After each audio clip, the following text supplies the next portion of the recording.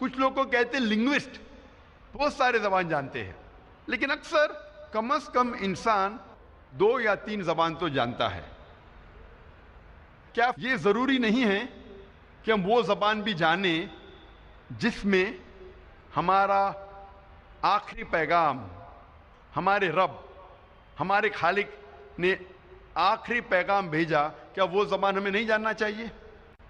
مجھے اس وقت یاد آ رہا ہے ڈاکٹر موریس بکیل کے بارے میں، اور میں اس کی مثال دینا چاہتا ہوں کہ ڈاکٹر موریس بکیل ایک مشہور سائنسدان اور ڈاکٹر تھے، اور انہیں ملا تھا French academy award in the field of medicine. اور ڈاکٹر موریس بکیل جو عیسائی تھے، انہیں چنا گیا تھا ریسرچ کے لیے ممی آف منپٹا کا۔ ممی آف منپٹا وہ فرعون جو موسیٰ علیہ السلام کے وقت تھا، اس کے جسم، اسے کہتے ہیں ممی، اس کے اوپر ریسرچ کرنے کے لیے ڈاکٹر موریس بکیل کو چنا گیا تھا۔ اور کیونکہ ڈاکٹر موریس بکیل عیسائی تھے اور بائبل پڑھ چکے تھے، وہ جانتے تھے کہ موسیٰ علیہ السلام کا پیچھا کرتے کرتے فرعون دریا میں ڈوب گیا تھا۔ لیکن جب وہ سعودی عربیہ پہنچتے ہیں، وہاں ایک مسلمان انہیں کہتا ہے کہ قرآن مجید میں لکھا ہے سورہ یونس میں، سورہ نمبر 10 آیت نمبر 92 میں، کہ اللہ سبحانہ وتعالیٰ فرماتے ہیں کہ ہم فرعون کے جسم کو محفوظ رکھیں گے تاکہ وہ آنے والے لوگوں کے لیے نشانی بنے۔ جب موریس بکیل کو یہ پتا چلا کہ قرآن مجید 1400 سال پرانی کتاب ہے، اس میں یہ لکھا ہے کہ ہم فرعون کے جسم کو محفوظ رکھیں گے تاکہ آنے والے لوگوں کے لیے نشانی بنے، وہ چونک گئے اور وہ قرآن مجید کا ترجمہ پڑھے۔ اور قرآن مجید کا ترجمہ پڑھنے کے بعد اتنا متاثر ہوئے کہ قرآن مجید کو اچھے سے جاننے کے لیے انہوں نے 50 سال کی عمر میں عربی سیکھی۔ آپ سوچ سکتے ہیں، ایک غیر مسلم، ایک عیسائی 50 سال کی عمر میں عربی زبان سیکھ رہا ہے قرآن مجید کو سمجھنے کے لیے۔ اور قرآن مجید کی تحقیق کرنے کے بعد انہوں نے ایک کتاب لکھی، بائبل، قرآن اور سائنس۔ تحقیق کے بعد ڈاکٹر موریس بکیل نے اپنی کتاب میں یہ لکھا کہ قرآن مجید میں کئی آیتیں ہیں جو سائنس اب ایڈوانس ہونے کے بعد جاننے لگی، جو قرآن مجید میں 1400 سال پہلے لکھا ہے۔ اور ڈاکٹر موریس بکیل کہتے ہیں کہ قرآن مجید میں ایک بھی آیت نہیں ہے جو سائنس سے ٹکراتی ہے، لیکن بائبل میں کئی ورسز ہے جو سائنس سے ٹکراتے ہیں۔ یہ مثال دینے کی یہ وجہ ہے میری، یہ کہنے کے لیے کہ ایک غیر مسلمان عیسائی 50 سال کی عمر میں عربی زبان سیکھتا ہے قرآن مجید کو بہتر سمجھنے کے لیے۔ الحمدللہ کچھ سال بعد اللہ سبحانہ ڈاکٹر موریس بکیل کو ہدایت دیتے ہیں، اور الحمدللہ مرنے کے پہلے ڈاکٹر موریس بکیل نے اسلام قبول کیا تھا۔ تو عمر کبھی بھی وجہ نہیں ہے ایک انسان کو اچھے کام سے روکنے کے لیے، لیکن ہر مسلمان کو ڈاکٹر موریس بکیل جیسا جذبہ نہیں ہوگا، لیکن پھر بھی ان کے پاس بہانہ نہیں ہے۔ اگر کوئی عربی زبان نہیں سیکھ سکتا ہے تو کم از کم وہ قرآن مجید کا ترجمہ پڑھے۔ اور آج الحمدللہ دنیا کی اہم زبانوں میں قرآن مجید کا ترجمہ ہو چکا ہے۔ مولانا عبد المجید دریابادی فرماتے ہیں کہ ساری دنیا میں سب سے مشکل کتاب جس کا ترجمہ کیا جا سکتا ہے وہ ہے قرآن مجید، کیونکہ قرآن مجید کی زبان آسمانی زبان ہے، اللہ سبحانہ وتعالی کی زبان ہے، اور یہ معجزہ زبان ہے۔ اسی لیے قرآن مجید کا 100% ترجمہ کرنا ممکن ہی نہیں، لیکن الحمدللہ کئی علماء دین نے کئی سال ریسرچ کرنے کے بعد الحمدللہ دنیا کے اہم زبانوں میں قرآن مجید کا ترجمہ کر چکے ہیں۔ اور ہم اگر قرآن مجید کا ترجمہ پڑھیں گے تو بے شک ہمیں اللہ سبحانہ و تعالی کا جو پیغام ہے اس کے بارے میں پتہ لگے گا. اور آپ کو قرآن مجید کا ترجمہ اس زبان میں پڑھنا چاہیے جو زبان میں آپ کو مہارت ہے. اگر آپ کو اردو میں مہارت ہے تو قرآن مجید کا ترجمہ اردو میں پڑھیے. اگر آپ کو ہندی میں مہارت ہے تو ہندی میں پڑھیے. اگر انگریزی میں مہارت ہے تو انگریزی میں پڑھیے. اگر فرینچ میں مہارت ہے تو فرینچ میں پڑھیے. لیکن قرآن مجید کا ترجمہ پڑھنا لازم ہے اگر آپ عربی زبان نہیں جانتے, تاکہ آپ اللہ سبحانہ و تعالیٰ کا آخری پیغام کو سمجھ سکے. لیکن اکثر ہم مسلمان کافی بہانے کرتے ہیں. کئی مسلمان کہتے ہیں کہ میں اتنا مشغول ہوں میرے تجارت میں کہ مجھے قرآن مجید پڑھنے کا وقت نہیں. میں میرے کام میں اتنا مشغول ہوں کہ مجھے قرآن مجید پڑھنے کا ٹائم نہیں. لوگ اکثر جو اسکول اور یونیورسٹی جاتے ہیں, کالجز جاتے ہیں, اپنی زندگی میں کئی سالوں تک سینکڑوں کتابیں پڑھتے ہیں اور کئی کتابیں حفظ کر لیتے ہیں. تو کیا ضروری نہیں ہم کم از کم ہمارے خالق, ہمارے رب کے آخری پیغام کو سمجھ کے پڑھے؟ اور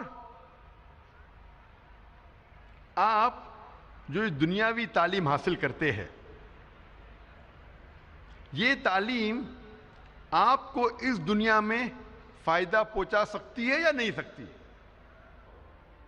کئی گریجویٹ ہے, پوسٹ گریجویٹ ہے, جو فارغ ہونے کے بعد بھی ان کے پاس کوئی نوکری نہیں ہے.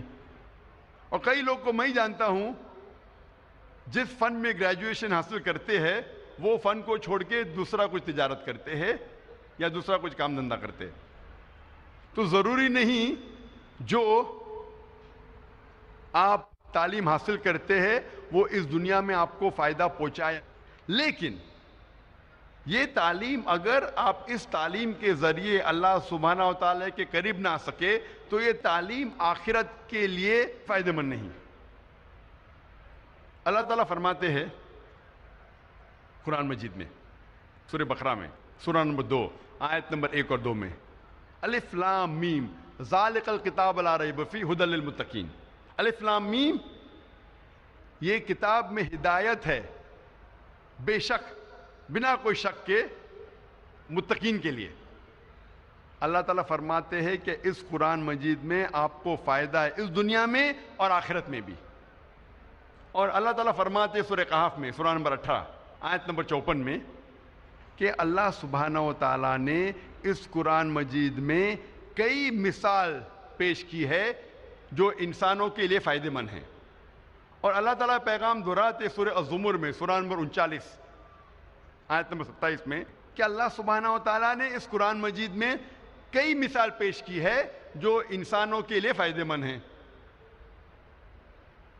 تو یہ قرآن مجید جب آپ پڑھیں گے تو نہ ہی آپ کو اس دنیا میں فائدہ ہوگا بلکہ آخرت میں بھی فائدہ ہوگا. اور آپ اتنے سال ضائع کرتے ہیں کتاب پڑھنے کے لیے, ڈگری حاصل کرنے کے لیے, قرآن مجید پڑھنے کے لیے کتنا وقت لگتا ہے؟ اگر آپ قرآن مجید فاسٹ پڑھیں گے تو چند دنوں میں آپ قرآن مجید پڑھ سکتے ہیں.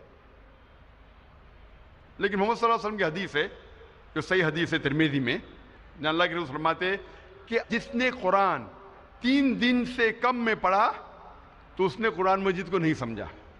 تو اگر آپ قرآن مجید کو آہستہ پڑھیں گے, ایک منزل ہر روز, تو آپ قرآن مجید 7 دن میں پڑھ سکتے ہیں.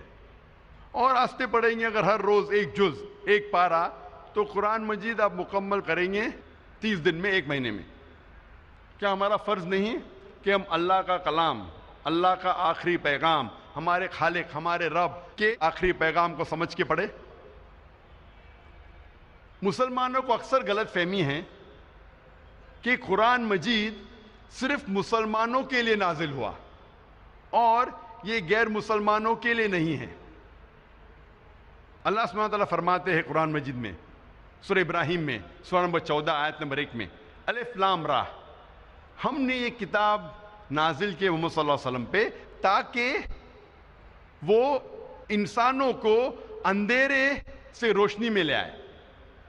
سارے انسانوں کو، نہ کہ صرف مسلمانوں کو۔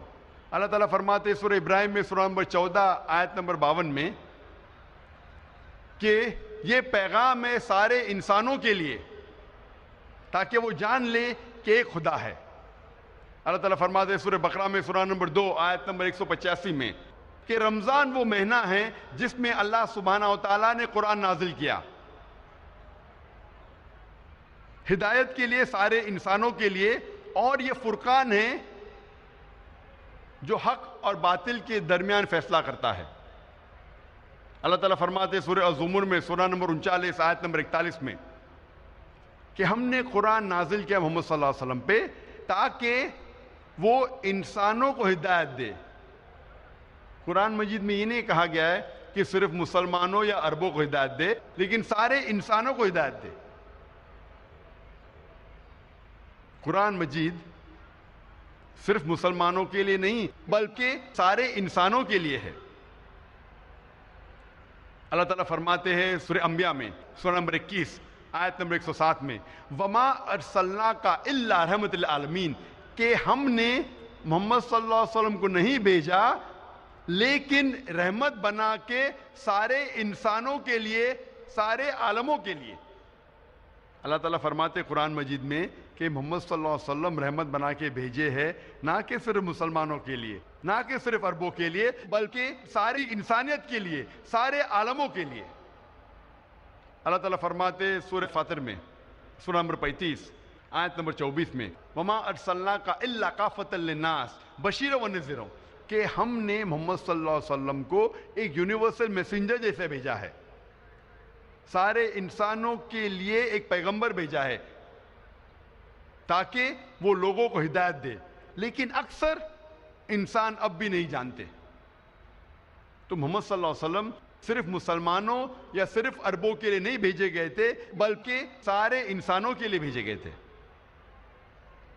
ہم مسلمان اکثر سمجھتے ہیں کہ یہ قرآن مجید غیر مسلمانوں کو نہیں دی جا سکتی اور غیر مسلمان اسے نہیں چھو سکتے۔ یہ اکثر غلط فہمی ہے اور لوگ حوالہ دیتے ہیں سورہ واقعہ کی سورہ نمبر 56 آیت نمبر 77 to 80 جہاں اللہ سبحانہ تعالیٰ کہتے ہیں کہ یہ قرآن مجید ہے جو ایک محفوظ کتاب ہے، کوئی بھی اسے چھو نہیں سکتا صرف مطہرین جو لوگ پاک ہے۔ اور لوگ سمجھتے ہیں کہ کتاب مکنون جس کا ذکر کیا گیا قرآن مجید میں وہ یہ قرآن مجید کتاب ہے، مصحف ہے، اور مطہرین مطلب ایک انسان اگر وضو میں ہے صرف وہی چھو سکتا ہے، اسی لیے کہتے ہیں کہ غیر مسلمان اسے چھو نہیں سکتے۔ اگر یہ آیت کے معنی ہے کہ یہ کتاب مکنون یہ قرآن مجید کا مصحف ہے اور جو وضو میں نہیں چھو سکتا، تو کوئی بھی غیر مسلم دکان سے 100 یا 150 روپے کا قرآن مجید خرید کے چھو سکتا ہے۔ اگر آپ طبری کی تفسیر پڑھیں گے اور ابن کثیر، اس میں لکھا ہے کہ وہی تب نازل ہوئی جب لوگ نے الزام لگائے کہ یہ قرآن مجید نعوذ باللہ محمد صلی اللہ علیہ وسلم کو شیطان کی طرف سے آ رہا ہے، تو یہ آیت نازل ہوئی کہ وہ کتاب مکنون جس کا ذکر ہے لوح محفوظ میں، جو قرآن مجید میں ذکر آتا ہے سورہ برج میں سورہ نمبر 85 آیت نمبر 21 اور 22 میں کہ وہ کتاب جو قرآن مجید لوح محفوظ میں ہیں اسے کوئی نہیں چھو سکتا ہے، صرف مطہرین مطلب وہ لوگ نہ ہی صرف جسم سے، من سے، تن سے پاک ہے۔ اس کے معنی ہے کہ صرف فرشتے، وہ لوح محفوظ میں صرف فرشتے چھو سکتے ہیں۔ مطلب جو لوگ الزام لگا رہے تھے کہ یہ قرآن مجید محمد صلی اللہ علیہ وسلم کو نازل ہو رہا تھا شیطان کے ذریعے نعوذ باللہ، اس کے جواب میں یہ آیت نازل ہوئی۔ تو اس کا مطلب نہیں کہ غیر مسلمان اسے چھو نہیں سکتے، اور مان لو اگر چھونا بھی غلط ہے، اگر چھوٹی غلطی کر کے اگر وہ غیر مسلمان شرک سے بچ جاتا ہے بڑی غلطی سے تو اچھی بات ہے۔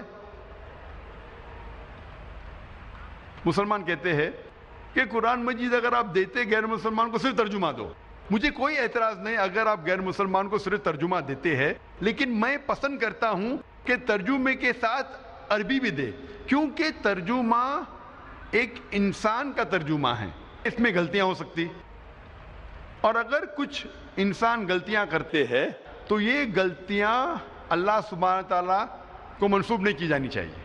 لوگ یہ نہیں کہنا چاہیے کہ نعوذ باللہ اللہ نے غلطی کی. اسی لیے اگر ترجمے کے ساتھ جو اصل عربی ہے وہ اگر سائیڈ میں ہوگا، اگر غلطیاں ہوں گی ترجمے میں تو عربی سے غلطیاں سدھاری جا سکتی.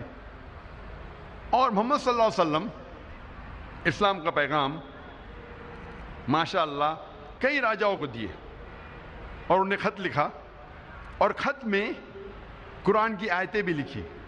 کئی راجاؤں کو لکھا، نگس آف ایبیسینیا، ایجپٹ کے راجا کو، پرشیا کے راجا کو، ایمپرر ہیراکلیس یمن کے راجا کو انہوں نے خط لکھا، اور خط میں قرآن کی آیت بھی لکھی. اور ایک خط موجود ہے کوپٹاکی میوزیم میں ٹرکی میں، جس میں قرآن مجید سورہ ال عمران سورہ نمبر 3 آیت نمبر 64 کی آیت ہے، جہاں اللہ تعالیٰ فرماتے کل یا اہل کتاب، کہو اہل کتاب سے، تعالوا الی کلمۃ سواء بین بینکم، آؤ ہم اس بات کی طرف جو آپ اور ہم میں یکساں ہے. سب سے پہلی بات اللہ نعبد الا اللہ، کہ ہم اللہ سبحانہ و تعالیٰ کے علاوہ کسی کی عبادت نہ کرے، ولا نشرک بہ شیئا، کہ ہم آپس میں کسی کو شریک نہ کرے، ولا یتخذ بعضنا بعضا اربابا من دون اللہ، کہ ہم آپس میں کسی کو رب نہ بنائیں. فَإِن تَوَلَّوْا، اگر وہ نہ مانے، فَقُولُوا اشْهَدُوا بِأَنَّا مُسْلِمُونَ، کہ کہو کہ ہم شہادت دیتے کہ مسلم ہیں. یہ قرآن مجید کی آیت محمد صلی اللہ علیہ وسلم نے غیر مسلم راجاؤں کو دی. کئی راجاؤں نے اسلام قبول کیا، کئی راجاؤں نے اس خط کو پھاڑا، اور کچھ راجاؤں نے اس خط کو اپنے پیر سے کچلا. اور میں پوچھنا چاہتا ہوں کہ آج 90 لاکھ سے زیادہ غیر مسلم ہیں جو عرب ہے، جن کی مادری زبان عربی ہے. 90 لاکھ سے زیادہ عرب آج عیسائی ہے، وہ کاپٹک کرسچن ہیں، ان کی مادری زبان ہے عربی. میں پوچھنا چاہتا ہوں آپ قرآن مجید کا کون سا ترجمہ ان عربوں کو دیں گے تاکہ وہ ہدایت حاصل کر سکے؟ کہ آپ قرآن مجید کا عربی میں ترجمہ کریں گے؟ بٹ نیچرل آپ قرآن مجید کا اصل نسخہ دیں گے ان کو. اسی لیے یہ قرآن مجید جو نازل کیا گیا تھا وہ سارے انسانوں کے لیے نازل کیا گیا تھا، نہ ہی صرف مسلمانوں کے لیے. اکثر مسلمان یہ سمجھتے ہیں کہ قرآن مجید کو سمجھ کے پڑھنا صرف علماؤں کا کام ہے، یہ صرف عالم ہی قرآن مجید کو سمجھ کے پڑھ سکتے ہیں.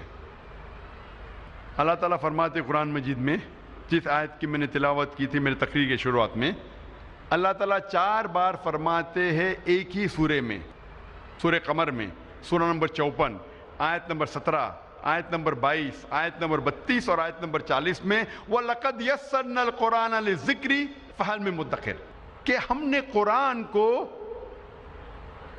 آپ کو سمجھنے کے لیے آسان بنایا ہے، آپ کو یاد رکھنے کے لیے آسان بنایا ہے، تو کون آپ میں سے جو ہدایت نہ پائے؟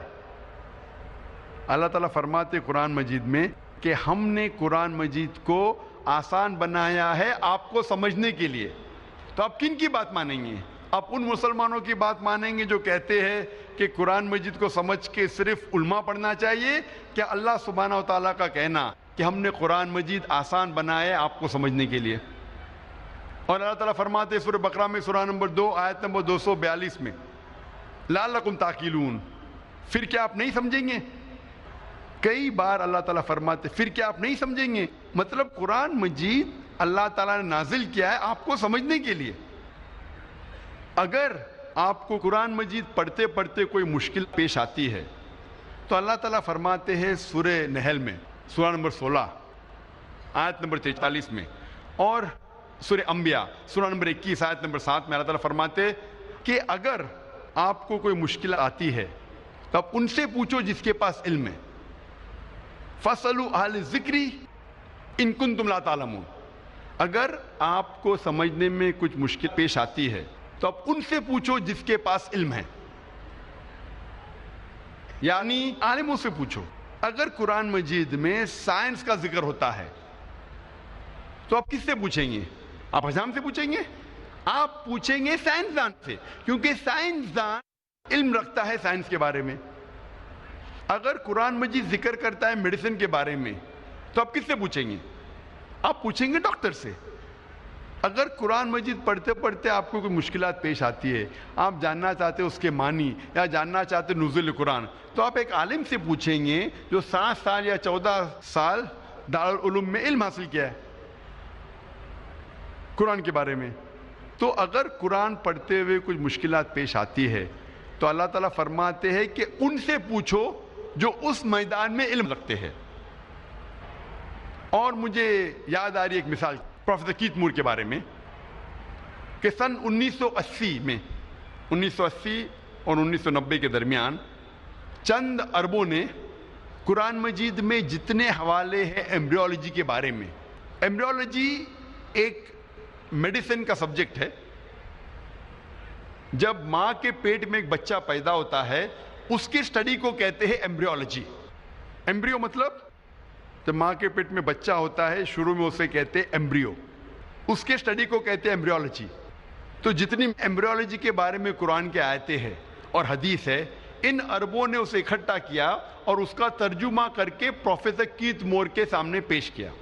پروفیسر کیت مور اس وقت سن 1980 میں دنیا کے سب سے بڑے ماہر تھے ایمبریولوجی کے، اور یونیورسٹی آف ٹورانٹو کینیڈا میں وہ head of the department of anatomy تھے۔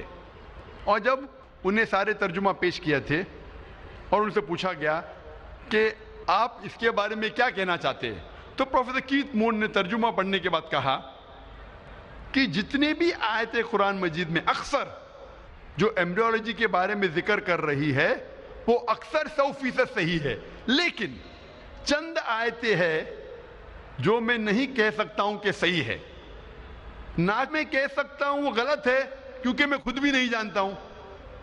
اور 2 ایسے آیتیں تھیں، جو پہلی 2 آیتیں نازل کی گئی تھی سورہ اقرا میں، سورہ علق میں، آیت نمبر 1 اور 2، جہاں اللہ تعالیٰ فرماتے اقرا بسم ربک الذی خلق خلق الانسان من علق، پڑھو اللہ کے نام سے جس نے پیدا کیا، جس نے پیدا کیا انسان کو ایک خون کے لوتڑے سے جو لٹکتا ہے، جو جونک جیسا ہے۔ اللہ کا کے 3 معنی ہیں، ایک معنی ہے خون کا لوتڑا، ایک معنی ہے لٹکنا، اور تیسرا معنی ہے کہ لیچ لائک سبسٹنس، اردو میں کہیں گے جوک۔ تو پروفیسر کیت مور نے کہا کہ میں نہیں جانتا ہوں کہ ایمبریو، بچہ جب ماں کے پیٹ میں پیدا ہوتا ہے، ایمبریو وہ جونک جیسا لگتا ہے کہ نہیں۔ تو پروفیسر کیت مور نے اپنے لیبارٹری میں ایک پاورفل مائکروسکوپ کے اندر ایمبریو کو دیکھا اور سائیڈ میں اس نے جوک کی تصویر لی، اور وہ چونک گئے کہ آپس میں کتنے آئیڈینٹیکل تھے، وہ یکساں تھے۔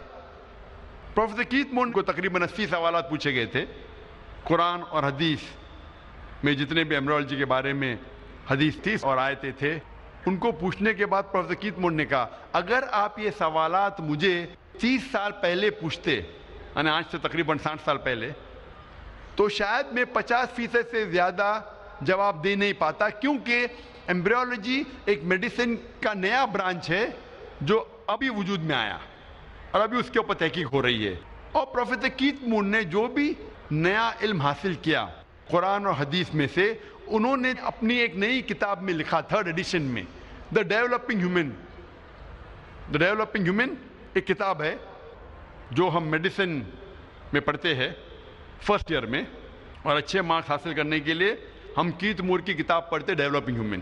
تو انہوں نے 3rd ایڈیشن لکھا اور یہ نیا علم جو حاصل کیا اس کے اندر ایڈ کیا، اور الحمدللہ اس کتاب کو سب سے پہلا انعام ملا اس سال، سب سے بہترین کتاب جو ایک لیکھک نے میڈیسن کے بارے میں لکھا ہو۔ اور اس کتاب کا ترجمہ کئی زبانوں میں بعد میں کیا گیا ہے۔ اور پروفیسر کیت مور نے کہا کہ مجھے کوئی شک نہیں، کوئی بھی مجھے اعتراض نہیں ماننے کے لیے کہ یہ قرآن مجید خدا کے طرف سے ہے اور محمد صلی اللہ علیہ وسلم اس کے پیغمبر ہے۔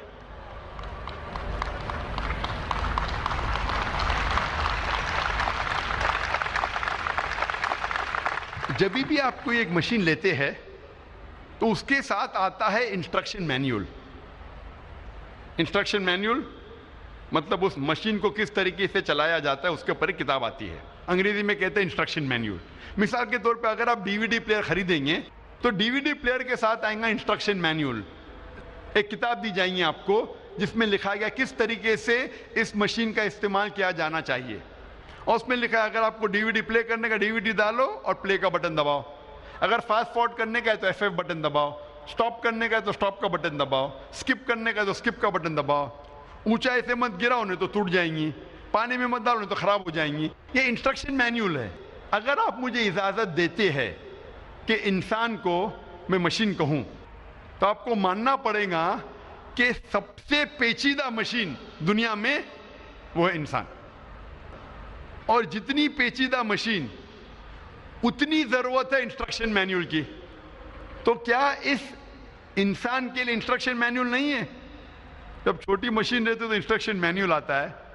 تو اگر آپ مجھے اجازت دیں گے انسان کو مشین کہنے کے لیے, آپ کو ماننا پڑے گا سب سے پیچیدہ مشین دنیا میں, کیا اس کے لیے انسٹرکشن مینیول نہیں؟ انسان کی آخری انسٹرکشن مینیول ہے یہ قرآن مجید انسانوں کی آخری انسٹرکشن مینیول ہے. ہمارے خالق, ہمارے رب اللہ سبحانہ و تعالیٰ نے انسان کے لیے کیا بہتر ہے, کیا فائدے مند ہے, کیا نقصان دہ ہے, یہ انسٹرکشن مینیول قرآن مجید میں لکھی ہے. جب سب سے پہلی بار آٹو موبائل گاڑی ہندوستان میں آئی تھی بہت سالوں پہلے, 50 60 یا 100 سال پہلے, سب سے پہلی بار جب گاڑی ہندوستان میں آئی تو لوگ گاڑی چلانا نہیں جانتے تھے. تو کمپنی کیا کرتی تھی, گاڑی کے ساتھ آپ کو ڈرائیور بھی دیتی تھی. جب گاڑی چلانا نہیں آتا ہے تو گاڑی کو لے کے کریں گے کیا؟ 50 یا 100 سال پہلے پہلی بار جب ہندوستان میں گاڑی آئی تو گاڑی کے ساتھ کمپنی ڈرائیور بھی دیتی تھی. تو ایک امیر نواب تھے جن نے ایک نئی گاڑی خریدا, گاڑی کے ساتھ کمپنی نے ڈرائیور بھی دیا.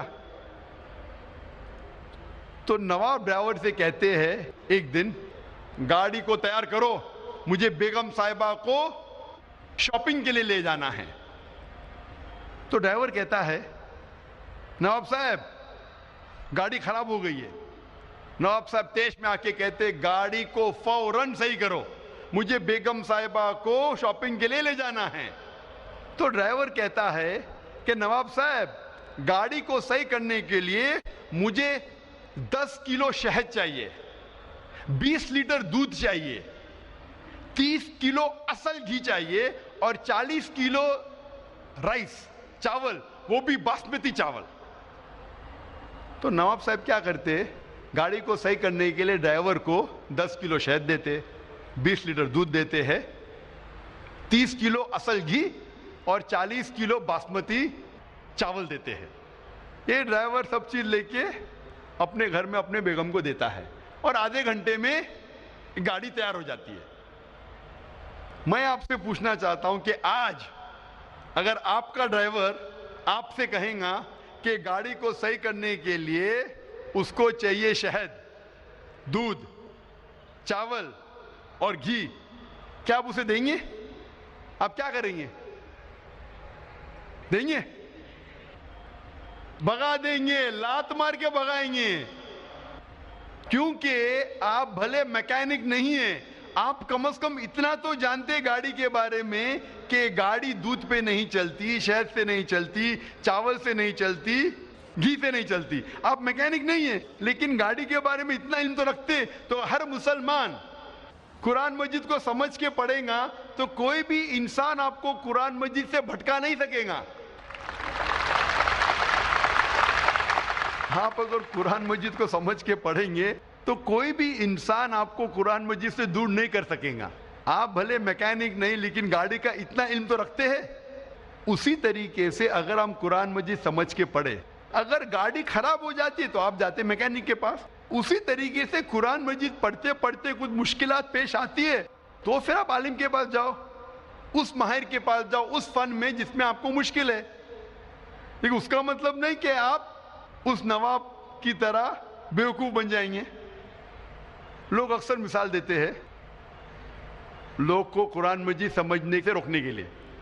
لوگ اکثر مسلمان مثال دیتے کیوں قرآن مجید سمجھ کے نہیں پڑھنا چاہیے, اور وہ کہتے ہیں کہ اگر آپ کے پاس کچا لائسنس ہے, آپ گاڑی چلانا صحیح نہیں جانتے, اور کچے لائسنس کے ساتھ اگر آپ گاڑی کو ٹھوکتے ہیں تو آپ کو جو دنڈ پڑے گا, جرمانہ پڑے گا, وہ چھوٹا پڑے گا.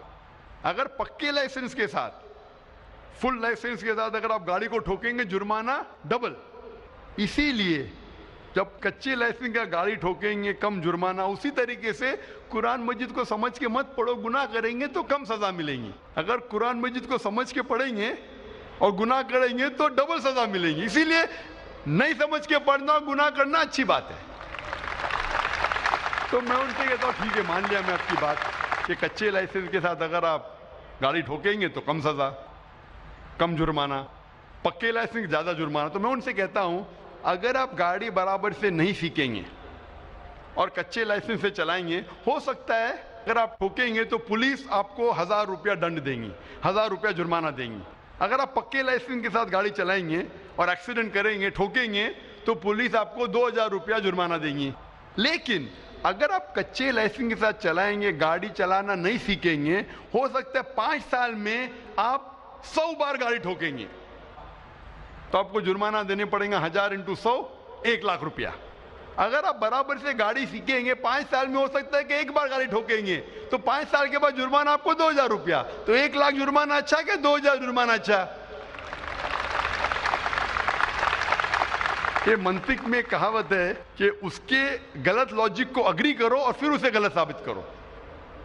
اگر کوئی کہتا ہے 2 + 2 5, تو میں کہوں گا ٹھیک ہے 2 روپیہ لے, 2 روپیہ لے, 5 روپیہ لا, 2 لاکھ روپیہ لے, 2 لاکھ روپیہ لے, 5 لاکھ لے کے. تو منطق کے اندر ایک کہاوت ہے کہ غلط لاجک کوئی کہتا ہے اسے اگری کر کے اسے غلط ثابت کرو. تو اگر آپ قرآن مجید نہیں سمجھ کے پڑھیں گے اور گناہ کریں گے, کئی گناہ کرتے رہیں گے, بھلے آپ کو آدھی سزا ملی, تو قرآن مجید کو سمجھو, اس کے پر عمل کرو. انسان غلطیاں کرتے, اکثر غلطیاں انشاءاللہ قرآن مجید پڑھ کے آپ غلطیوں سے دور ہوئیں گے. کچھ لوگ اکثر کہتے ہیں کہ قرآن مجید کو سمجھ کے نہیں پڑھنا چاہیے, اور دوسری اور کچھ لوگ کہتے ہیں کہ قرآن مجید کو پڑھ کے عربی میں فائدہ ہی نہیں, عربی میں پڑھ کے فائدہ ہی نہیں. اللہ تعالیٰ فرماتے ہیں سورہ نساء میں, سورہ نمبر 4 آیت نمبر 171 میں, لا تغلوا فی دینکم, آپ دین کے دائرے سے باہر مت جاؤ, دائرے میں ہونا چاہیے. ایک کو کوئی قرآن مجید سمجھ کے پڑھنا ہی نہیں چاہیے. اور کچھ لوگ جو اپنے آپ کو ماڈرن سمجھتے ہیں اور سمجھتے بہت تعلیم یافتہ ہے, کہتے ہیں کہ عربی میں قرآن مجید پڑھ کے فائدہ ہی نہیں. قرآن مجید میں اللہ تعالیٰ کئی آیتوں میں فرماتے ہیں اور کئی صحیح حدیث ہے جس میں لکھا ہے کہ قرآن مجید عربی میں پڑھنے سے بھی فائدہ ہے, کئی فائدے ہیں. اللہ تعالیٰ فرماتے ہیں سورہ عنکبوت میں, سورہ نمبر 29 آیت نمبر 45 میں, کہ پڑھو اس کتاب کی آیت جو اللہ سبحانہ تعالیٰ نے نازل کی ہے. اور اللہ تعالیٰ فرماتے ہیں کہ آپ قرآن مجید کو عربی میں پڑھو, اس میں کئی فائدے ہیں. اور ایک حدیث ہے جہاں اللہ کے رسول فرماتے ہیں, حدیث ترمذی کی ہے, حدیث نمبر 2910, جہاں اللہ کے رسول فرماتے ہیں کہ ہر حرف آپ قرآن مجید کا پڑھیں گے, آپ کو 1 حسنات, 1 ثواب ملیں گا, اور 1 ثواب کے 10 گنا حسنات ہے. یعنی ایک آپ حرف قرآن مجید کا پڑھیں گے, آپ کو 10 ثواب ملیں گے. اور اللہ ایک حرف نہیں ہے, الف ایک حرف ہے, لام ایک حرف ہے, ہاں ایک حرف ہے, یعنی 10 10 10, آپ کو 30 حسنات ہے, 30 ثواب ہے. آپ اگر پڑھیں گے قرآن مجید میں الف لام میم, الف کے 10 حسنات 10 ثواب, لام کے 10 ثواب, میم کے 10 ثواب, 10 10 10 30 ثواب. بے شک آپ قرآن مجید عربی میں پڑھیں گے, آپ کے لیے ثواب ہے, اس میں کوئی دو رائے نہیں. لیکن صرف عربی میں پڑھنے کے اتنے ثواب کافی ہے ہمیں جنت میں داخلہ دینے کے لیے؟ کیونکہ ہم اتنی غلطیاں کرتے ہیں ہر روز, ہم انسان ہونے کے ناطے اتنی غلطیاں کرتے ہیں. کیا یہ 10 10 10 کافی ہے ہمیں جنت میں لے جانے کے لیے؟ اگر ہم قرآن مجید کو عربی میں پڑھنے کے علاوہ اس کی معنی سمجھے اور اس کے اوپر عمل کرے تو کئی گنا زیادہ حسنات ملیں گے، اور یہ آپ کو انشاءاللہ جنت میں لے جائیں گے۔ اکثر ہم دیکھتے ہیں مسلمان ختم قرآن کرتے ہیں، اور اکثر رمضان میں 1 بار 2 بار 10 بار۔ قرآن کی تلاوت کرنا اچھی بات ہے، ختم قرآن کرنا اچھی بات ہے، لیکن اگر آپ 2 بار صرف عربی میں قرآن پڑھتے ہیں بنا سمجھ کے، آپ عربی زبان نہیں جانتے لیکن صرف پڑھنا جانتے ہیں، 2 بار ختم کرنے کے بجائے میں کہوں گا کہ 1 بار عربی میں پڑھو اور 1 بار ترجمہ پڑھو اس زبان میں جس زبان میں آپ کو مہارت ہے، تو انشاءاللہ حسنات کے علاوہ، ثواب کے علاوہ آپ اس کے اوپر عمل کریں گے اور یہ آپ کے لیے اور بہتر ہوگا۔ اکثر ہم جب مسلمان سے پوچھتے کہ قرآن شریف کیوں نازل کیا گیا ہے، تو کئی مسلمان کہتے ہیں قرآن خوانی کے لیے۔ قرآن نازل کیا گیا قرآن خوانی کے لیے۔ جب آپ نیا گھر خریدتے تو قرآن خوانی ہوتی ہے، آپ نیا آفس لیتے تو قرآن خوانی ہوتی ہے، کوئی انسان مر جاتا ہے تو آپ قرآن پڑھتے۔ میں قرآن مجید میں کوئی بھی آیت نہیں جانتا ہوں جس میں لکھا ہے قرآن پڑھو کسی کے مرنے کے بعد۔ میں کہیں بھی کوئی بھی حدیث نہیں جانتا ہوں جس میں لکھا ہے جہاں اللہ کے رسول یا صحابہ نے کبھی قرآن پڑھے کسی کے مرنے کے بعد، کہ قرآن خوانی مرنے کے بعد لوگ کو بلایا جاتا ہے اور قرآن پڑھایا جاتا ہے۔ اگر آپ قرآن پڑھنا چاہتے بے شک پڑھو، آپ ہر روز پڑھو، عربی میں پڑھو اور معنی کے ساتھ پڑھو۔ میں ایک مثال دینا چاہتا ہوں کہ ایک انسان جاتا ہے فرانس بی اے میں گریجویشن کرنے کے لیے۔ ایک ہندوستانی جاتا ہے فرانس اور وہ فرینچ زبان نہیں جانتا ہے، فرینچ زبان نہیں جانتا ہے لیکن انگلش جانتا ہے، اور انگلش کی لکھاوٹ ABCD وہ فرینچ میں بھی ہے لیکن معنی الگ ہے۔ تو وہ فرانس جاتا ہے گریجویشن کرنے کے لیے، ہر روز وہ کالج میں حاضری دیتا ہے، اسے ملتا ہے پی فور پریزنٹ، ہر روز وہ حاضری دیتا ہے۔ جب ایگزامینیشن کا پیپر آتا ہے لیکن وہ کچھ سمجھتا نہیں کیونکہ وہ فرینچ نہیں جانتا ہے۔ جب ایگزامینیشن کا دن آتا ہے وہ ایگزامینیشن ہال میں جاتا ہے، وہاں بھی اسے پی ملتا ہے، پی فور پریزنٹ۔ میں آپ سے پوچھنا چاہتا ہوں جب وہ پورے سال میں کچھ فرینچ میں نہیں سمجھا، وہ ایگزامینیشن میں بیٹھے گا، ایگزامینیشن پیپر بھی ہے فرینچ میں، کیا وہ ایگزامینیشن میں پاس ہوں گا؟ بالکل نہیں۔ پی کا مطلب پاس نہیں، پی کا مطلب پریزنٹ، لیکن وہ پاس نہیں ہوں گا، اسے پاس ہونے کے لیے سمجھنا پڑے گا۔ تو اسی لیے اگر آپ اس زندگی میں پاس ہونا چاہتے تو آپ کے لیے فرض ہے کہ اس زندگی کے بارے میں جانیں، کیا چیز اچھی ہے کیا بری ہے، کیا فرض ہے کیا حرام ہے۔ اور اللہ تعالیٰ فرماتے قرآن مجید میں سورہ ملک میں سورہ نمبر 67 آیت نمبر 2 میں، الذی خلق الموت والحیات، کہ اللہ سبحانہ و تعالیٰ نے موت اور زندگی دی ہے تاکہ وہ جانچ سکے کہ آپ میں سے سب سے اچھا کون ہے عمل میں۔ تو اللہ تعالیٰ کہتے ہیں کہ یہ زندگی ہمارے لیے امتحان ہے، اللہ نے موت اور زندگی پیدا کی ہے تاکہ وہ جانچ سکے آپ میں سے عمل میں سب سے اچھا کون۔ تو یہ ٹیسٹ میں جب آپ بیٹھ رہے ہیں، اس ٹیسٹ کے اصول آپ نہیں جانتے، اچھا کیا برا کیا، فرض کیا حرام کیا، تو کیا فائدہ؟ تو اگر آپ اس امتحان میں، زندگی کے امتحان میں پاس ہونا چاہتے ہیں تو آپ کے لیے فرض ہے کہ آپ یہ جانیں کہ اس امتحان کے اصول کیا ہے، اس کے فرائض کیا ہے۔ میں مثال دینا چاہتا ہوں کہ اگر آپ کا ایک قریب دوست بمبئی سے آتا ہے کشن گنج میں آپ کو ملنے کے لیے، لیکن وہ انگریزی زبان میں مہارت رکھتا ہے میرے جیسا، اور وہ ٹوٹی پوٹی اردو بات کر لیتا ہے میرے جیسا، آپ کے ساتھ آتا ہے کشن گنج میں، 1 ہفتہ رہتا ہے، آپ کا قریب دوست ہے، 1 ہفتہ رہتا ہے اور آپ کا جگری یار ہے۔ 1 ہفتے بعد وہ واپس جاتا ہے، لیکن کیونکہ وہ اردو یا ہندی تھوڑی بہت بول لیتا تھا لیکن لکھنا نہیں آتا ہے، وہ بمبئی جا کے آپ کو خط لکھتا ہے انگریزی میں، اور انگریزی زبان آپ کو نہیں آتی، وہ خط جب آپ کو انگریزی میں لکھتا ہے، آپ کو انگریزی نہیں آتی، تو آپ کیا کریں گے؟ آپ یہ جاننے کی کوشش نہیں کریں گے کہ میرا جگری یار کیا کہہ رہا ہے اپنے خط میں؟ کوشش کریں گے کہ نہیں؟ آپ کیا کریں گے؟ اس خط کو لے کے جائیں گے ایسے انسان کے پاس جو انگریزی جانتا ہے اور اس خط کا ترجمہ کر سکے گا۔ آپ جاننا چاہیں گے کہ میرے جگری یار نے، میرے قریب دوست نے خط میں کیا لکھا، تو یہ فرض نہیں کہ آپ جاننا چاہیں گے کہ ہمارے خالق، ہمارے رب اللہ سبحانہ و تعالیٰ نے اپنے آخری پیغام میں کیا پیغام دیا انسانوں کے لیے۔ آپ کو آخری پیغام کو ترجمہ کرنے کی ضرورت نہیں، کیونکہ اس کا ترجمہ ہو چکا ہے، اور الحمدللہ دنیا کی اہم زبانوں میں اس کا ترجمہ ہو چکا ہے۔ تو فرض نہیں ہے کہ آپ ترجمہ پڑھیں اپنے رب، اپنے خالق، اپنے اللہ سبحانہ و تعالیٰ کے آخری پیغام کا۔ ہم مسلمان الحمدللہ قرآن مجید کی عزت کرتے ہیں، لیکن اکثر لوگ اتنی عزت دیتے ہیں کہ قرآن مجید کے مین مقصد کو بھول جاتے ہیں۔ عزت دو، لیکن قرآن مجید کے مقصد کو مت بھولو۔ ہم مسلمان قرآن مجید کو ایک اونچے شیلف پہ رکھتے ہیں، اپنی الماری کے سب سے اونچے شیلف پہ رکھیں گے، اتنے اونچے شیلف پہ کہ آپ کو سٹول لینے پڑیں گا، اور قرآن مجید کو پھر رکھتے اوپر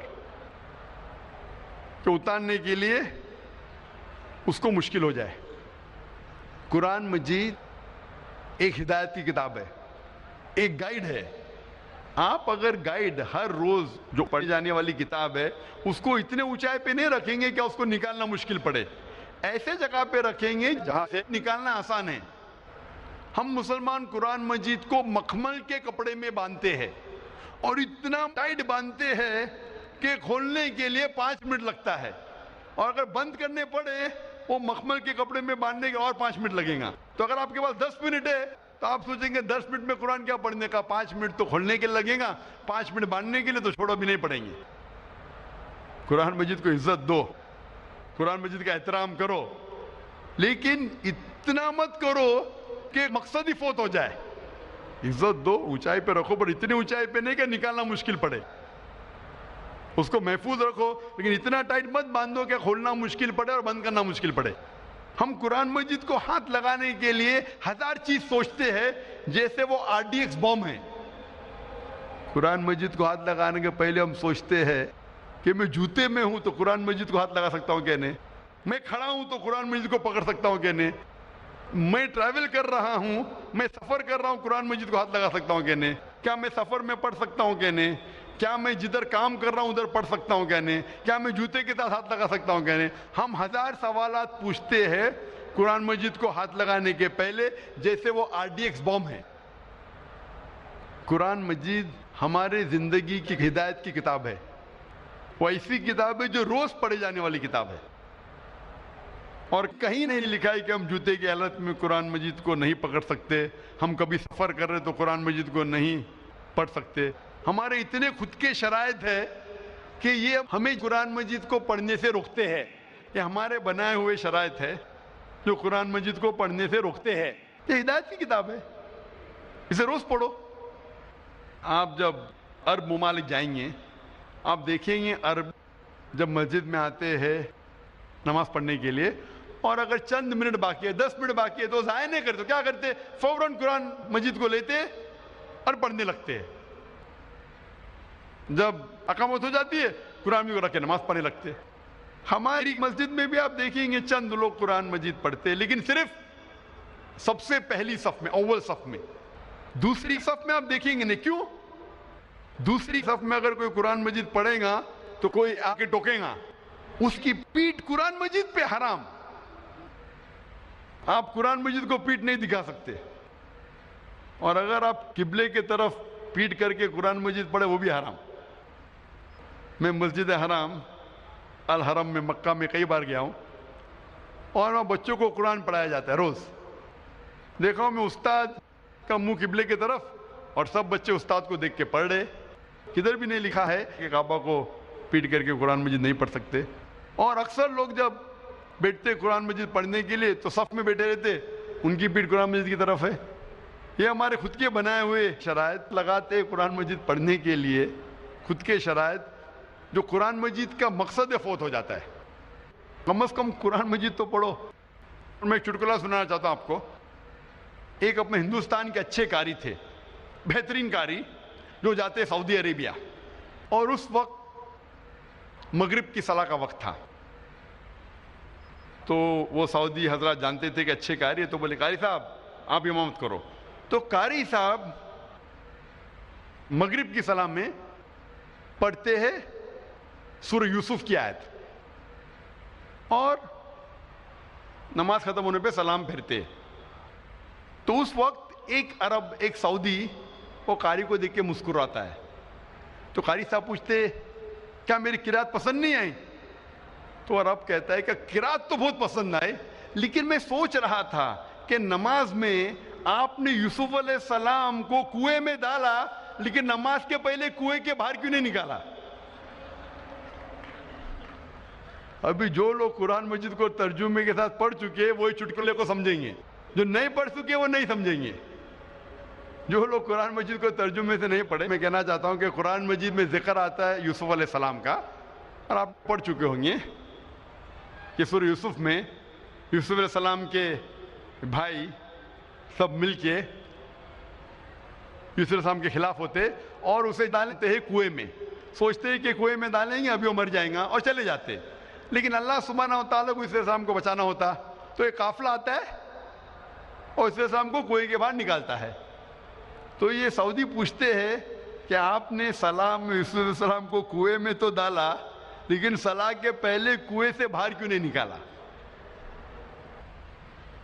اللہ سبحانہ و تعالیٰ فرماتے ہیں سورہ محمد میں, سورہ نمبر 47 آیت نمبر 24 میں, کہ آپ قرآن کو سمجھنے کی کوشش نہیں کرتے یا آپ کے دل پہ تالے لگے ہیں.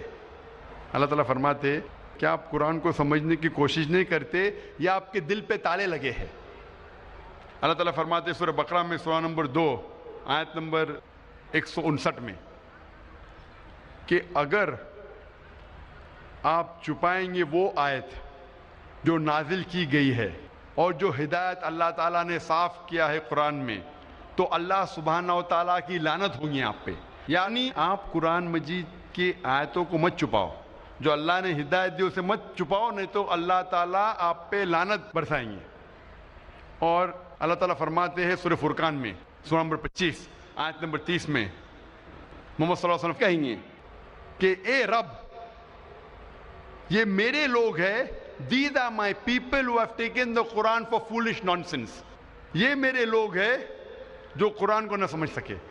میں قرآن کو فولش نانسنس جیسا لیا. قرآن کو پڑھنے کے 2 طریقے ہوتے ہیں, ایک ہے تذکر قرآن, ایک ہوتا ہے تدبر قرآن. تذکر قرآن یعنی قرآن کو پڑھنا, عام طور پہ پڑھنا, اور جو ہم عربی میں بھی کر سکتے اور ترجمے کے ساتھ بھی کر سکتے. ایک ہوتا ہے تدبر قرآن, یعنی قرآن کے معنی پہ تدبر کرنا, to ponder over the meaning of the قرآن.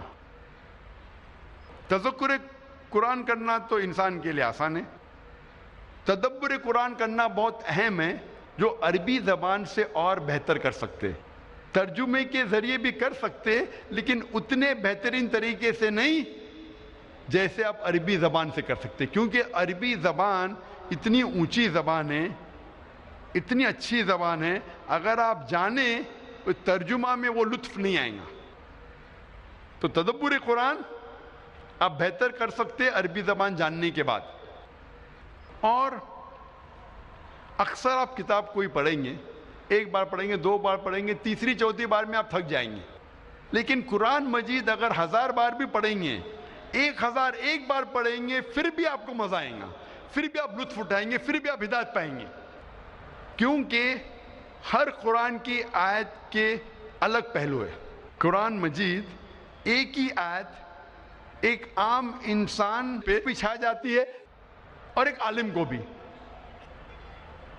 جتنی بار آپ قرآن مجید پڑھیں گے سمجھ کے, اتنی بار آپ کو اور مزہ آئے گا, آپ کو اور ہدایت ملیں گی, آپ کبھی بھی نہیں تھکیں گے.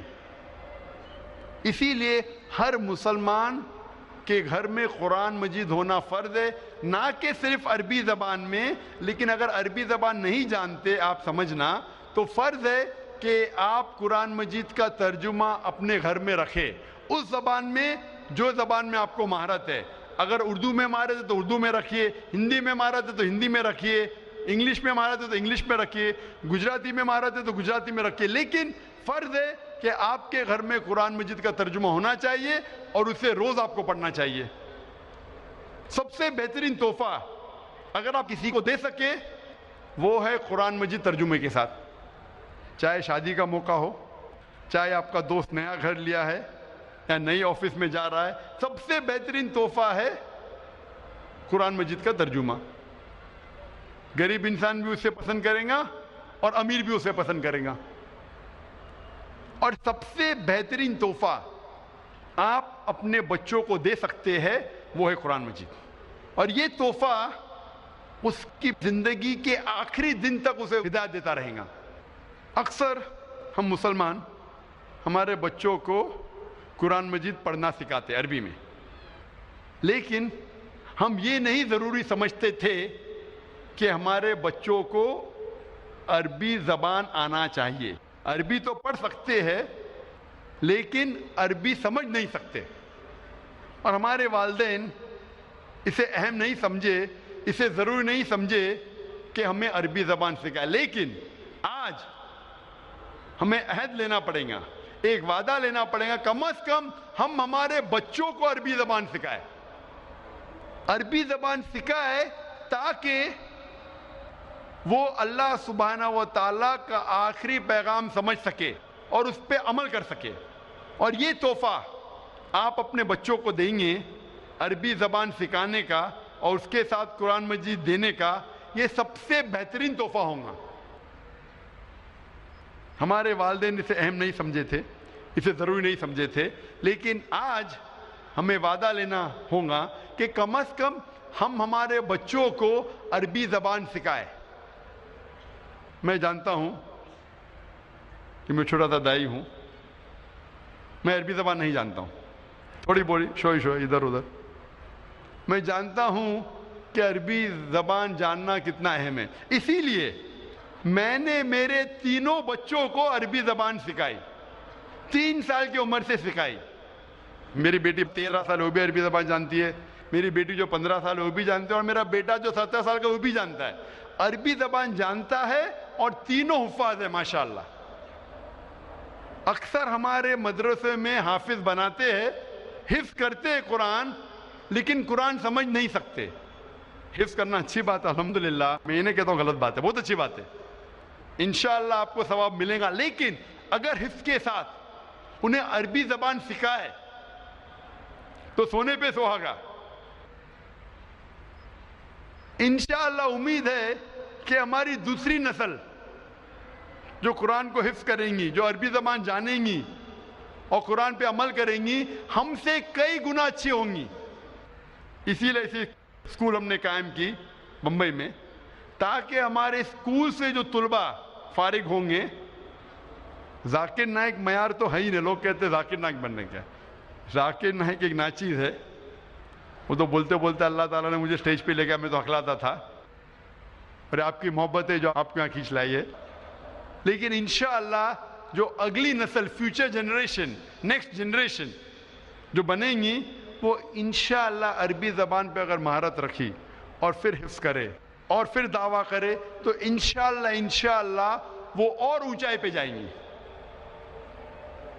آپ اپنے گھر میں ہر روز قرآن پڑھنا چاہیے، اور ساری فیملی ممبرز کے لوگ، سارے خاندان کے لوگ اکٹھا ہو کے پڑھ سکتے، چاہے اکیلے پڑھو اکٹھا پڑھو، لیکن ایک وقت طے کرو، ہو سکتا ہے فجر کے بعد، ہو سکتا ہے عشاء کے بعد، جو وقت میں آپ کو زیادہ فرصت ہے، ہر روز آپ قرآن پڑھو ترجمے کے ساتھ۔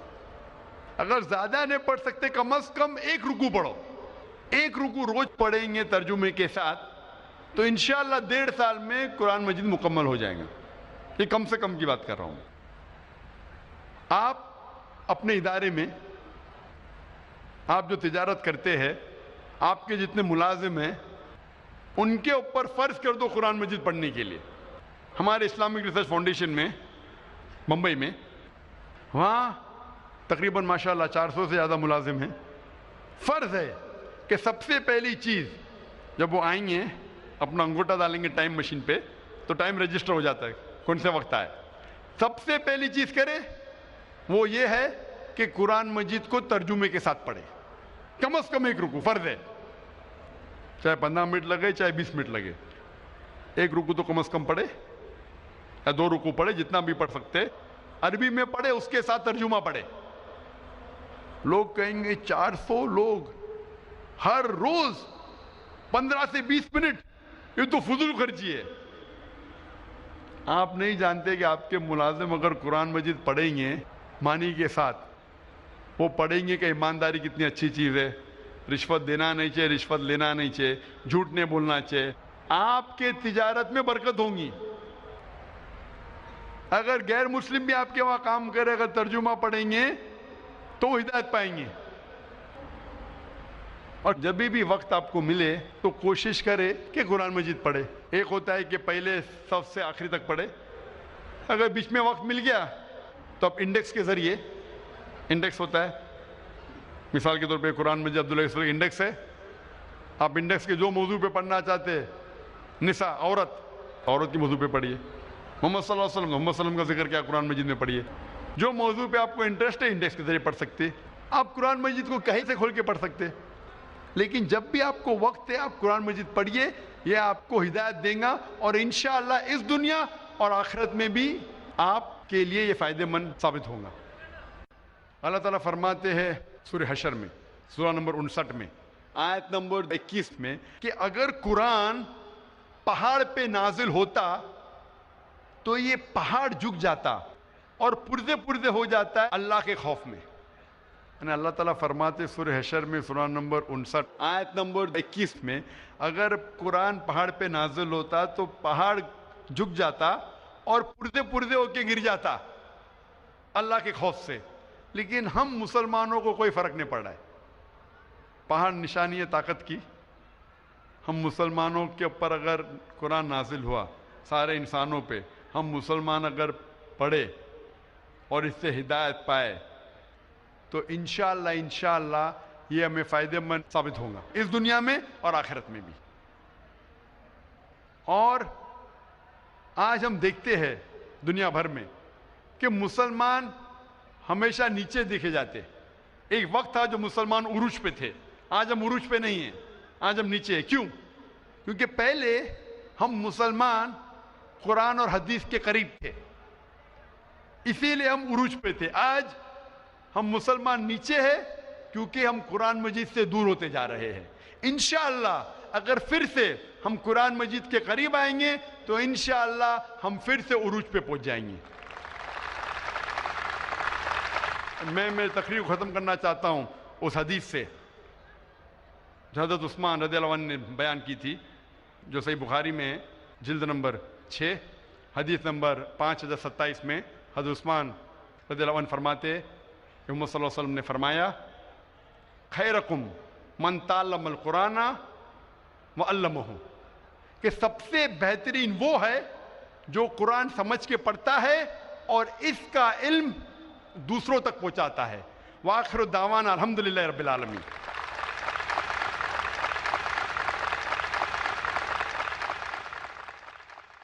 جزاک اللہ خیراً. ڈاکٹر صاحب کی اپنے موضوع پر نہایت ہی پرمغز اور مکمل تقریر آپ کے سامنے ہوئی. آئندہ کل ڈاکٹر صاحب کا کھلا سوال و جواب ہوگا اور پرسوں ڈاکٹر صاحب کا پھر خطاب ہوگا. لیکن جیسا کہ آپ تمام حضرات بخوبی واقف ہیں کہ ڈاکٹر صاحب کے خطاب کے بعد سب سے اہم سیشن, سب سے اہم نشست جو ہوتی ہے وہ سوال و جواب کی ہوتی ہے. اب وقت آ چکا ہے کہ آپ جناب ڈاکٹر ذاکر نائک صاحب سے روبرو ہوں اپنے سوالوں کے ساتھ. یہ سوال و جواب کا مرحلہ جتنا خوبصورت اور دلچسپ ہے اس کے اتنے ہی اچھے اور مناسب کچھ وصول بھی ہیں تاکہ اس کے ذریعہ ہم صحیح معنی میں ڈاکٹر صاحب کے جوابوں سے مستفید ہو سکیں۔ سوال و جواب کے سلسلے میں کچھ شرائط ہیں۔ سب سے پہلی شرط یہ ہے کہ سوال کرنے والا سب سے پہلے اپنا نام اور اپنا پروفیشن یعنی پیشہ بتائے۔ دوسری شرط یہ ہے کہ سوال مختصر ہو، کوئی لمبی چوڑی تقریر نہ ہو۔ تیسری شرط یہ ہے کہ سوال فقہی اور اختلافی مسائل سے متعلق نہ ہو۔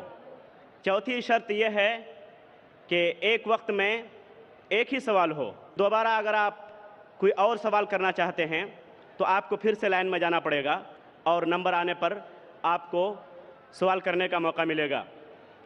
پانچویں شرط یہ ہے کہ سوال کرنے میں غیر مسلم بھائی کو اور بہن کو ترجیح دی جائے گی۔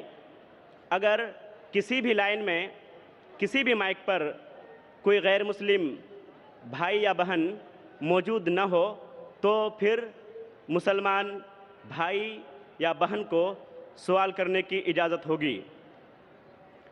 سوال کرتے وقت غیر مسلم بھائی اور بہن کو مکمل اجازت ہوگی کہ اسلام کے متعلق کوئی بھی سوال کریں وہ کر سکتے ہیں، جبکہ مسلم بھائی اور بہن کے لیے یہ شرط ہے کہ وہ صرف موضوع سے متعلق سوال کریں۔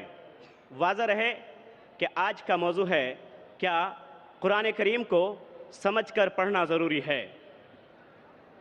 سب سے آخری شرط یہ ہے کہ اگر کوئی سوال نامناسب ہو تو مجھے اس بات کی مکمل اجازت ہوگی کہ اس سوال کو میں رد کر سکوں۔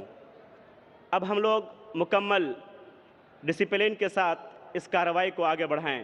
اس کے لیے ہمارے پاس 5 مائک ہیں، 3 مائک ہیں مردوں کے لیے اور 2 مائک ہیں لیڈیز یعنی خواتین کے لیے۔ میں درخواست کرتا ہوں میرے غیر مسلمان بھائیوں اور بہنوں سے، کیا یہ سنہرا موقع ہے؟ آپ اسلام کے متعلق کوئی بھی سوال پوچھ سکتے ہیں۔ آپ چاہے تو میرے لیکچر پہ تنقید کر سکتے ہیں، مجھے کوئی اعتراض نہیں۔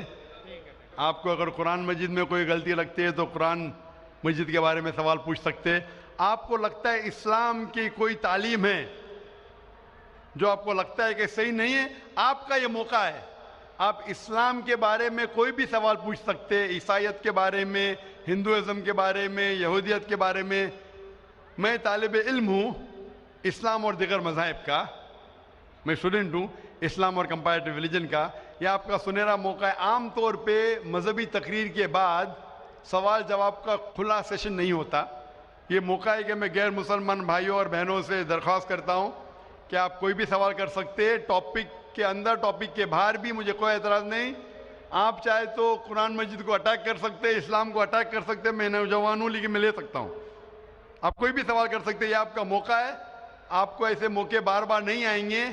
میری درخواست ہے، مجھے آرگنائزرز نے کہا کہ الحمدللہ کئی گئے مسلمان اس فنکشن میں آنے والے، آپ بنا جھجک کوئی بھی سوال پوچھ سکتے، چاہے تنقیدی بھی ہو تو بھی چلے گا، مجھے کوئی اعتراض نہیں۔ آپ کوئی بھی سوال پوچھ سکتے۔ میں غیر مسلمان بھائیوں اور بہنوں سے درخواست کرتا ہوں کہ آپ مائک کی طرف آئیے اور آپ کوئی بھی سوال پوچھ سکتے ہیں۔ سب سے پہلے ہم چلتے ہیں مائک نمبر 1 پر۔ وہاں اگر کوئی غیر مسلم بھائی ہے اور ان کے ذہن میں کوئی سوال ہے تو وہ سوال کر سکتے ہیں مائک نمبر 1 سے۔ آداب۔ آداب، السلام علیکم۔ وعلیکم السلام۔ میرا نام وجے کمار بھوترا، میں کشن گنج کا نواسی ہوں، اینڈ یہاں پر ایک میری ریزن کی انڈسٹری ہے۔ By profession I am an entrepreneur. ماشاءاللہ۔ ایسا ہے، آپ کے وشے میں نے آپ کی تقریریں کافی ٹی وی پر بھی دیکھی ہے، پیس ٹی وی پر کلکتے میں، اور ہم نے ایسا پایا ہے کہ آپ اسلام کے علاوہ ہندو شاستروں میں بھی آپ کی بہت بڑی آستھا اور بہت بڑی روچی رکھتے ہیں۔ میرے میں یہ جاننے کی اتسکتا ہے کہ آپ کی یہ اتسکتا ہندو شاستر کے پرتی کب آئی اور کیوں آئی، اس کے وشے میں مجھے آپ سے تھوڑا بھائی صاحب کا سوال ہے کہ انہوں نے مجھے ٹی وی پہ کلکتہ میں کئی بار دیکھا ہے اور یہ جانا ہے کہ اسلام کے علاوہ میں دیگر مذاہب کے بارے میں بات کرتا ہوں اور ہندو دھارمک کتابوں کے بارے میں بھی میں علم رکھتا ہوں. تو یہ پوچھنا چاہتے یہ خواہش کب آئی اور کیسے آئی. میں جب میرا میڈیکل کالج میں تھا تو میں متاثر ہوا ایک شخص جن کا نام تھا شیخ احمد دیداد. وہ ساؤتھ افریقہ کے تھے اور وہ اسلام اور عیسائی مذہب پہ مہارت رکھتے تھے. جب ان کی تقریر سنا تو میں ان سے متاثر ہوا اور میں نے قرآن اور بائبل کا الحمدللہ علم حاصل کیا. تو سب سے پہلے میں نے علم حاصل کیا بائبل کے بارے میں، اسلام اور عیسائیت کے بارے میں. اور جب میں ان سے ملا انہوں نے کہا کہ اسلام اور عیسائیت پہ کئی لوگ تقریر کر چکے اور کئی کتابیں لکھ چکے، لیکن ہندو مذہب اور اسلام کے بارے میں وہ چند کتابیں ہیں. انہوں نے درخواست کی کہ بیٹا عیسائیت کے علاوہ دیگر مذاہب کے بارے میں آپ مطالعہ کیجئے اور ان کو بھی پیغام پہنچائیے. اور جب قرآن مجید کی میں نے آیت پڑھی، قرآن مجید میں اللہ تعالیٰ ایشور کہتے ہیں سورہ ال عمران میں سورہ نمبر 3 آیت نمبر 64 میں تعالوا الی کلمۃ سواء بین بینکم، آؤ ہم اس بات کی طرف جو آپ اور ہم میں یکساں ہے. سب سے پہلی بات کیا ہے؟ اللہ نعبد الا اللہ، کہ ہم صرف ایک ایشور کی عبادت کریں. ولا نشرک بہ شیئا، کہ ہم آپس میں کسی کو شریک نہ کریں. ولا یتخذ بعضنا بعضا اربابا من اللہ، کہ ہم آپس میں کسی کو رب نہ کہے. فَإِن تَوَلَّوْا، اگر وہ نہ مانے فَقُولُوا اشْهَدُوا بِأَنَّا مُسْلِمُونَ، آپ شہادت دو کہ ہم مسلم ہیں. تو جب میں نے قرآن مجید کی آیت پڑھی جس میں لکھا ہے کہ جب بھی آپ غیروں سے بات کرتے ہیں تو اس بات کی طرف آؤ جو ان میں اور ہم میں یکساں ہے. اور مذہبی کتاب میں یکسانیت بھی ہے، ڈفرینسز بھی ہے. تو میں کہتا ہوں کہ کم از کم یکسانیت کے اوپر تو ہم عمل کریں. جو ڈفرینسز ہیں وہ کل ڈسکس کریں گے. ڈفرینسز تو ہے، میں یہ نہیں کہتا ڈفرینسز نہیں ہیں، لیکن جو یکسانیت ہے، جو آپ کی کتاب دھارمک کتاب اور ہماری کتاب میں یکساں ہے، تو کم از کم اس کے اوپر تو عمل کریں. تو یہ سوچ لے کے شیخ دیداد سے متاثر ہو کے اور قرآن مجید کی آیت سورہ نمبر 3 آیت نمبر 64 جب میں میڈیکل کالج میں تھا میں نے شروع کیا یہ میرا مشن. اور پھر میں نے تحقیق کرنے لگا. عیسائیت مذہب کا تو اتنے اچھے سے مطالعہ کیا تھا شیخ احمد دیداد نے کہ مجھے زیادہ تحقیق کرنے کی ضرورت نہیں پڑی، لیکن میں نے تحقیق شروع کیا ہندو مذہب کے بارے میں. پھر میں نے ہندو ودوان کی اسکالرس کی کتابیں پڑھنے لگی اور ڈھونڈنے لگا کیا یکساں ہے. لیکن قرآن مجید میں کہا گیا ہے کہ سب سے پہلی بات ہے اللہ نعبد الا اللہ، کہ ہم صرف ایک ایشور، ایک بھگوان، ایک اللہ کی عبادت کریں. تو جب قرآن مجید میں لکھا ہے کہ یکسانیت میں سب سے اہم ہے کہ ایک خدا، تو میں ڈھونڈنے لگا کہ ہندو مذہب کی کتاب میں خدا کے بارے میں کیا لکھا ہے. جب پڑھنے لگا تو مختلف کتابیں تھے، مختلف اسکالرس تھے. مختلف اسکالرس کو پڑھنے کے بعد پتہ چلا کہ ایک ہوتا ہے کہ مذہب کو جاننا کتابوں کے ذریعے اور ایک مذہب کے ماننے والوں کے ذریعے. کبھی بھی مذہب کو جاننے کے لیے مذہب کے ماننے والوں کو مت دیکھو. ہو سکتا ہے وہ ماننے والے خود نہیں جانتے کہ ان کا مذہب کیا کہتا ہے. تو مذہب کو جاننے کے لیے سب سے بہترین طریقہ ہے کہ مذہب کی کتابوں کا مطالعہ کرے. تو میں نے ہندو مذہب کی کتابوں کا مطالعہ کرنا شروع کیا، وید کا، اپنشد کا، بھگوت گیتا کا، رامائن کا، مہابھارت کا. جب مطالعہ کرنے لگا تو عام طور پہ جب ہم پوچھتے ہیں ہندو سے، سب سے پہلی بات کہ ہم ایک ہی ایشور میں مانیں. عام ہندو سے پوچھتے ہیں کہ کتنے بھگوان میں آپ مانتے ہیں، تو کچھ ہندو کہیں گے 3، کچھ کہیں گے 100، کچھ کہیں گے 1000، کچھ کہیں گے 33 کروڑ.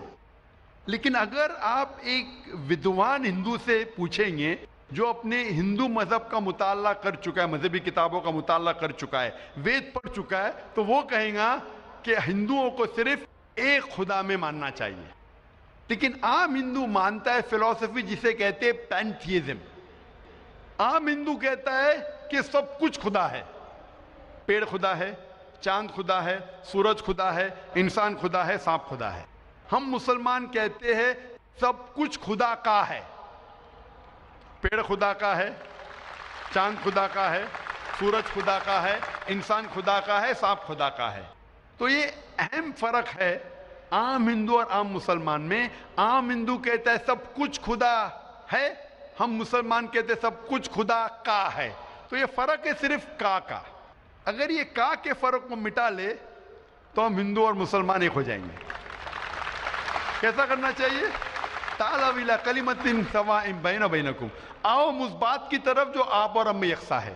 تو جب میں ہندو مذہب کی کتابوں کا مطالعہ کرنے لگا تو ایک اہم کتاب کا نام ہے اپنشد. اپنشد میں لکھا ہے، چھندوں کے Upanishad chapter number 6 section number 2 shloka number 1 میں ایکم ایودتیم، خدا ایک ہے دوسرا نہیں ہے. جب ہم پڑھیں گے سویتا سوتر اپنشد چیپٹر نمبر 6 شلوکا نمبر 9 میں ناچس سے کسج جنیتا نہ چدیپا، یہ سنسکرت کوٹیشن ہے جس کے معنی ہے اس خدا، اس ایشور کا کوئی رب نہیں، اس ایشور کے کوئی والدین نہیں، اس کے اوپر کوئی نہیں ہے، اس کی والدہ نہیں، اس کے والد نہیں ہے. لکھا ہے سویتا سوتر اپنشد میں چیپٹر نمبر 4 شلوکا نمبر 19 میں نہ